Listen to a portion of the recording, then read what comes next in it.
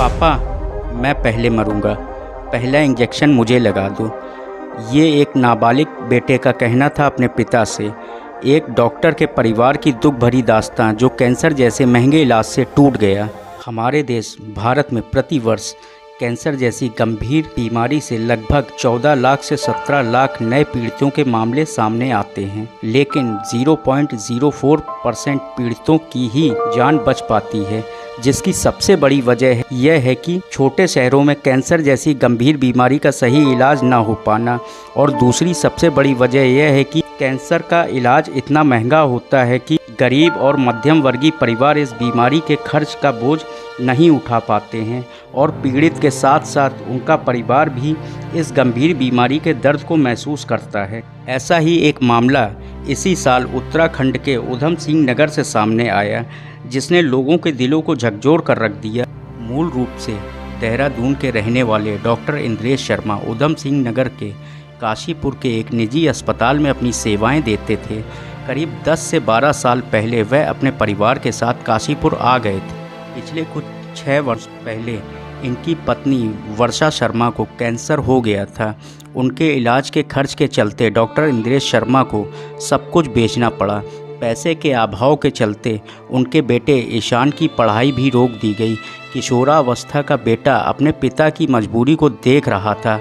हाल ही में डॉक्टर इंद्रेश शर्मा का भी स्वास्थ्य खराब होने लगा था। अपने माता पिता की मौत के बाद डॉक्टर इंद्रेश शर्मा के बेटे ने पुलिस को अपने बयान देते हुए कहा, मेरे पिता काम करके घर आए और मेरे साथ लूडो खेला और वो जीत गए।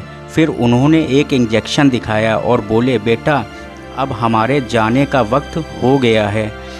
मैंने अपने पापा की तरफ देखा और मैंने पापा से कहा, पहला इंजेक्शन मुझे लगाना, पहले मैं मरूंगा। मेरे मुंह से यह सुनते ही पापा की आंखों में आंसू आ गए और पति पत्नी दोनों जहर लगाकर मर गए।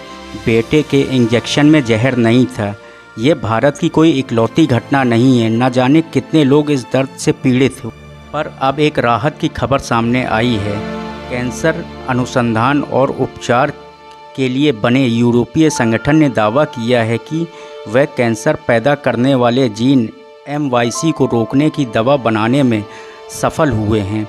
शोधकर्ताओं ने दावा किया है कि OMO-103 मेडिसिन ने क्लिनिकली ट्रायल के पहले चरण को सफलतापूर्वक पास कर लिया है।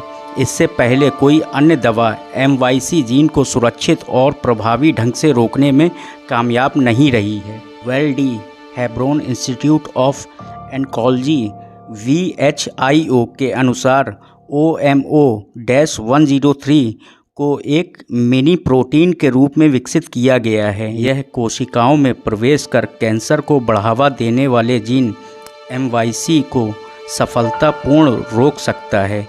स्पेन की राजधानी बार्सिलोना में स्थित well D Hebron institute of oncology VHIO में प्रमुख शोधकर्ता डॉक्टर एलेना ग्रेराल्डा ने बताया, अभी तक कैंसर को बढ़ावा देने वाला जीन MYC को रोकने में कोई भी दवा कारगर साबित नहीं हुई है, लेकिन OMO-103 को पहले चूहों पर परीक्षण किया गया जो सफल रहा। अप्रैल 2021 में OMO-103 को 12 मरीजों पर प्रयोग किया गया। 12 में से 8 मरीजों के कैंसर को बढ़ने से पूरी तरह रोकने पर काबू कर लिया गया। इस परीक्षण के सफल होने पर शोधकर्ताओं में खुशी की लहर दौड़ गई। अब देखना यह होगा कि इस दवा का अंतर्राष्ट्रीय मान्यता कब प्राप्त होगी और कम से कम दामों में यह भारत में कब उपलब्ध हो पाएगी। जब तक ऐसा नहीं होता है, अपना ख्याल रखें। हमारे द्वारा दी गई जानकारी यदि आपको पसंद आई हो तो वीडियो को लाइक करें और ऐसी जानकारियों से जुड़े रहने के लिए हमारे चैनल को सब्सक्राइब करें। धन्यवाद।